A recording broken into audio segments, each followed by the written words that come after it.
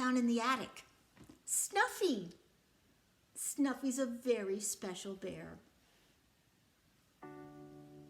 Teddy bear, turn around. Teddy bear, touch the ground. Yay! Teddy bear, wiggle your nose. Teddy bear, touch your toes. Right. Teddy bear, I love you. Teddy bear, this is true. Woo! Teddy bear, turn off the lights. Teddy bear, say goodnight. Now, Snuffy used to belong to my little girl named Meggie. Maggie's now a big girl with babies of her own, and they even have a Snuffy too. Although this isn't the original Snuffy. The original Snuffy that Meggie loved was white, or should I say gray. Kind of gray because she brought it everywhere. It was her lovey love, her very best friend. It got gray because she dragged it through the playground. She brought it in the shopping cart. She brought it everywhere. And she couldn't sleep without it. This is how Meggie would sleep. She used to suck her thumb. And when she sucked her thumb, he would rub his nose like this. She rubbed his nose so much, it rubbed right off. Now again, this is not the Snuffy with the nose rubbed off. He still has his nose. This is the substitute Snuffy after the white Snuffy got lost. I'm making a connection here because I'm going to read you a story today about a little girl who has a lovey love named Knuffle Bunny. It's not a bear, it's a bunny, but it's her special bunny, and it gets lost. Don't worry, it has a happy ending. This is called Knuffle Bunny Too, and it's by Mo Willems. I think you can tell by now I love Mo Willems, and so here's another story by Mo Willems with different characters. This is Trixie, and that's Knuffle Bunny, and that's the bottom half of her dad. Mo Willems won an award for this book. You can tell if your book has a silver sticker on it that they get a special award for the pictures. And this is a special book because look at the background. That is a real photograph, and then Mo put his artwork on top of it, kind of like a collage, okay, which makes this book kind of special and creative. So Knuffle Bunny Too. This is what Knuffle Bunny looks like. Afterwards, I'll show you how to draw him. He's easy to make. Okay. This is Trixie's family photo album. You'll see Mom and Dad got married. Then they had baby Trixie. See her crying with her red face. Means she's crying a lot. Then on this page at the bottom, she gets Knuffle Bunny. There was another book called Knuffle Bunny, not Knuffle Bunny Too, where Trixie was talking like babies talk, like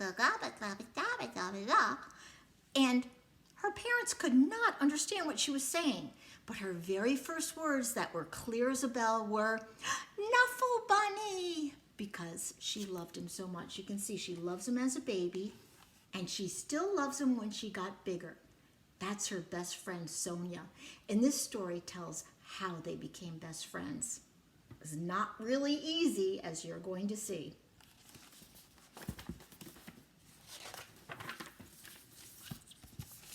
One morning, not so long ago, Trixie took a walk with her daddy. By now, Trixie really knew how to talk. See the word balloons? And she's talking and talking. See the real neighborhood with the cartoon characters on top of it?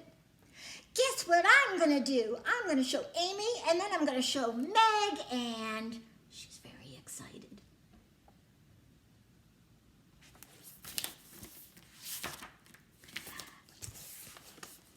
Then I'm going to show Margot, and then I'll show Jane, and then I'll show Leela, and then I'll show Rebecca, and then I'm going to show Noah, and then I'll show Robbie. and then I'll show Toshi, and then I'll show Casey, and then I'll show Connie, and then I'll show Parker, and then I'll show Brian, and then. She talks a lot. Who do you think these people are? Oh, the people in her class? It's really good that she knows all their names. I hope you know the names of the people in your class. That's important. Trixie was excited because she was taking her one-of-a-kind bunny to someplace very special. Come on! There's a clue here as to where they're going. Do you see it? Do you see the little pink lunchbox with a T for Trixie? They're going to school. They can walk to school.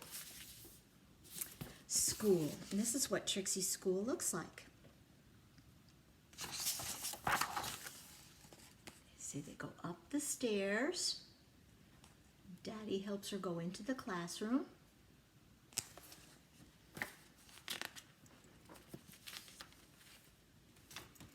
Trixie couldn't wait to show Knuffle Bunny to Mrs. Greengrove and all her friends in pre-K. Remember, she said her one-of-a-kind Knuffle Bunny, which means nobody else has one just like this. But just as her daddy kissed her goodbye, Trixie saw Sonia. And look, she has surprised eyes. I wonder why.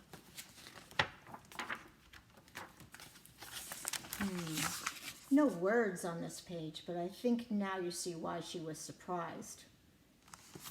Sonia has the same bunny. Suddenly, Trixie's one-of-a-kind Knuffle Bunny wasn't so one-of-a-kind anymore. Do you think she likes that? She doesn't. The morning did not go so well. Look, the girls are arguing. Knuffle, Knuffle, Knuffle, Knuffle, Knuffle. Sonia is showing her bunny to all of the friends, just like Trixie wanted to do. Do you think Trixie's a little bit jealous? The afternoon was worse. Look at what Mrs. Greengrove did. I think I would do the same thing. It's not good to be arguing with your friends. She put them high on top of the closet. Do you see that? Put them out of the way. When the school bell rang at the end of the day, Mrs. Greengrove returned the Knuffle Bunnies. Here you go. And the day got better. Yay, playground. Do you see Trixie running to play with her friends? And she has Knuffle Bunny with her. Maybe that's how our Snuffies and Knuffle Bunnies get dirty. She has lots of fun on the playground. Then before she knew it, it was time to go home. Mom picked her up. Trixie ate her dinner. She devoured her dessert. Devoured, that's a big word. It means she ate it up because she loves it the best. Do you love dessert the best? Brushed her teeth. You see, Knuffle Bunny goes everywhere with her.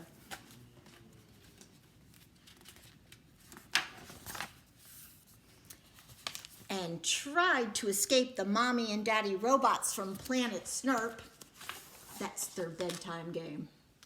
I am the robot from Planet Snurp. Do you have bedtime games? It's kind of fun. At 1:30 bedtime, Trixie was all tucked in,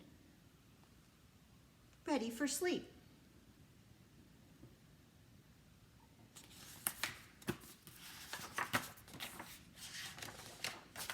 Uh-oh, she's not going to stay asleep. But a few hours later, look at the pictures. Sleeping, wakes up, thinks of something, then really wakes up. Trixie realized something.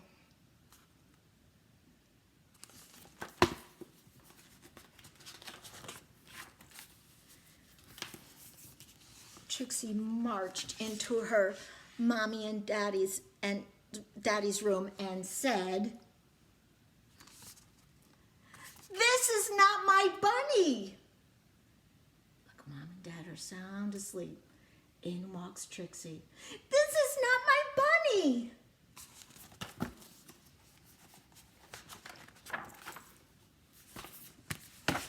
Trixie's daddy tried to explain what 2:30 in the morning meant. Very, very early. Too early he was sound asleep. He asked, "Oh, can we deal with this in the morning?" Take a look at Trixie's face. "Oh, can they deal with this in the morning?" No. So Trixie's daddy went down to the phone.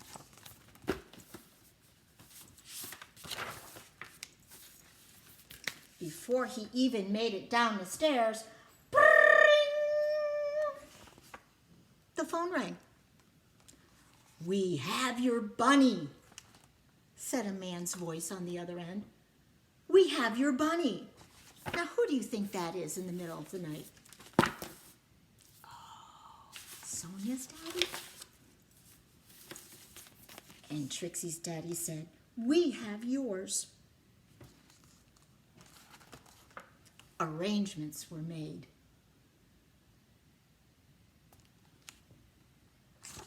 What do you think the arrangements are going to be? Well, this is a good daddy.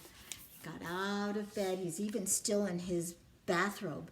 Takes Trixie in the middle of the night. Trixie and her daddy rushed across the neighborhood. See, it's still dark out. Trixie did not want to be late. Neither did Sonia. Now I'm looking at this monument, and it's dawned on me. I think I've seen that before. I think that's London. I was wondering what city this was. I'm pretty sure it's London. Do you see Trixie and her daddy going to the monument?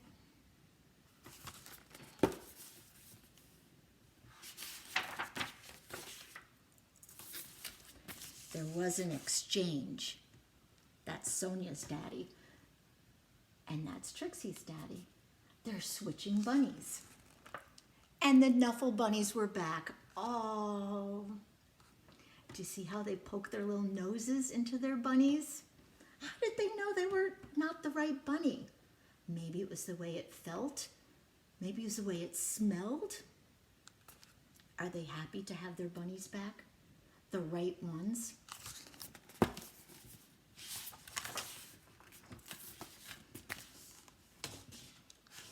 "I was so worried about my bunny," said Sonia. "So was I," Trixie replied. Then they both said, "I'm glad you got your bunny back," at the exact same time.